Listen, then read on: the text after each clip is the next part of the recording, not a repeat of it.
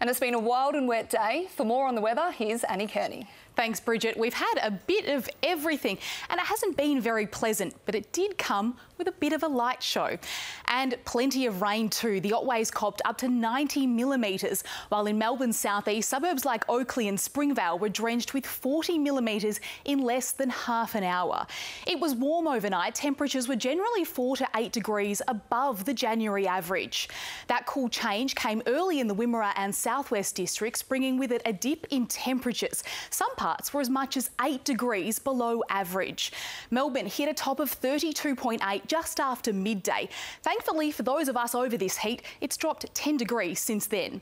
Around the country, Brisbane and Hobart reached 30. It was a clear and warm day in Sydney, and Adelaide had a maximum of 27. A large low pressure trough and associated surface trough is extending from the west into South Australia and across to the southeast coast, while a monsoon trough is producing rain and storms in the tropical north. And you can see that band of rain sticking around across the top end and over Victoria. Tomorrow we'll see showers in Brisbane, cloudy in Adelaide and Hobart, mostly sunny in Sydney, and it's going to be very hot in the west with a top of 39. Back home, and storms will clear Melbourne overnight, pushing out to the eastern districts and Gippsland, where it'll stick around for the rest of the weekend.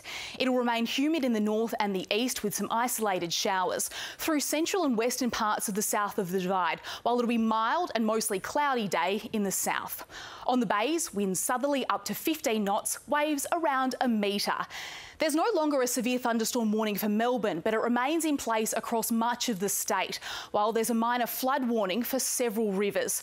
And because of all of this humidity, there's still a brown rot warning in place, with the disease able to cause significant damage to stone fruit.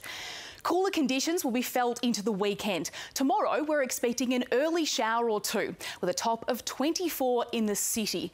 But that hot and humid weather will return into early next week. The lengthy period of humidity is unusual for Victoria. Northerly winds that are dragging moisture down from northern Australia are to blame. There's a bit of cloud around on Sunday and Monday, up to 8 millimetres of rain on Tuesday. We'll be dipping to 22 on Wednesday and 23 on Thursday. 26 on Friday.